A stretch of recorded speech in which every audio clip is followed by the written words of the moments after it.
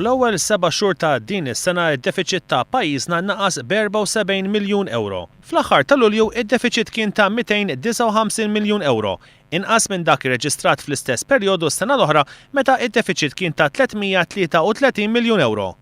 Dan it-tnaqqis kien dovut għal żieda ta' 140 miljun euro fid-dħul meta mqabbel mal-ħruġ ta' 72 miljun euro fl-istess perjodu.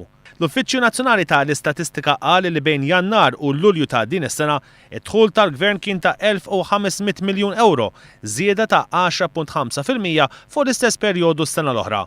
Min-naħa l-oħra l-infiq ta' pajjiżna żdied b'4.2% meta mqabbel mal-istess perjodu tas-sena li għaddiet hekk kif f'dan il-perjodu in-nefqa tal-Gvern kienet ta' 1800 miljun euro. Sa dan it-tant id-dejn tal-Gvern kien ta' 4900 miljun euro.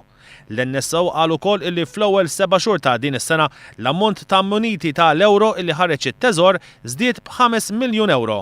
Fl-aħħar ta' Lulju l-ammont ta' muniti tal-euro f'idejn il-pubbliku kien jammonta għal 53 miljun euro.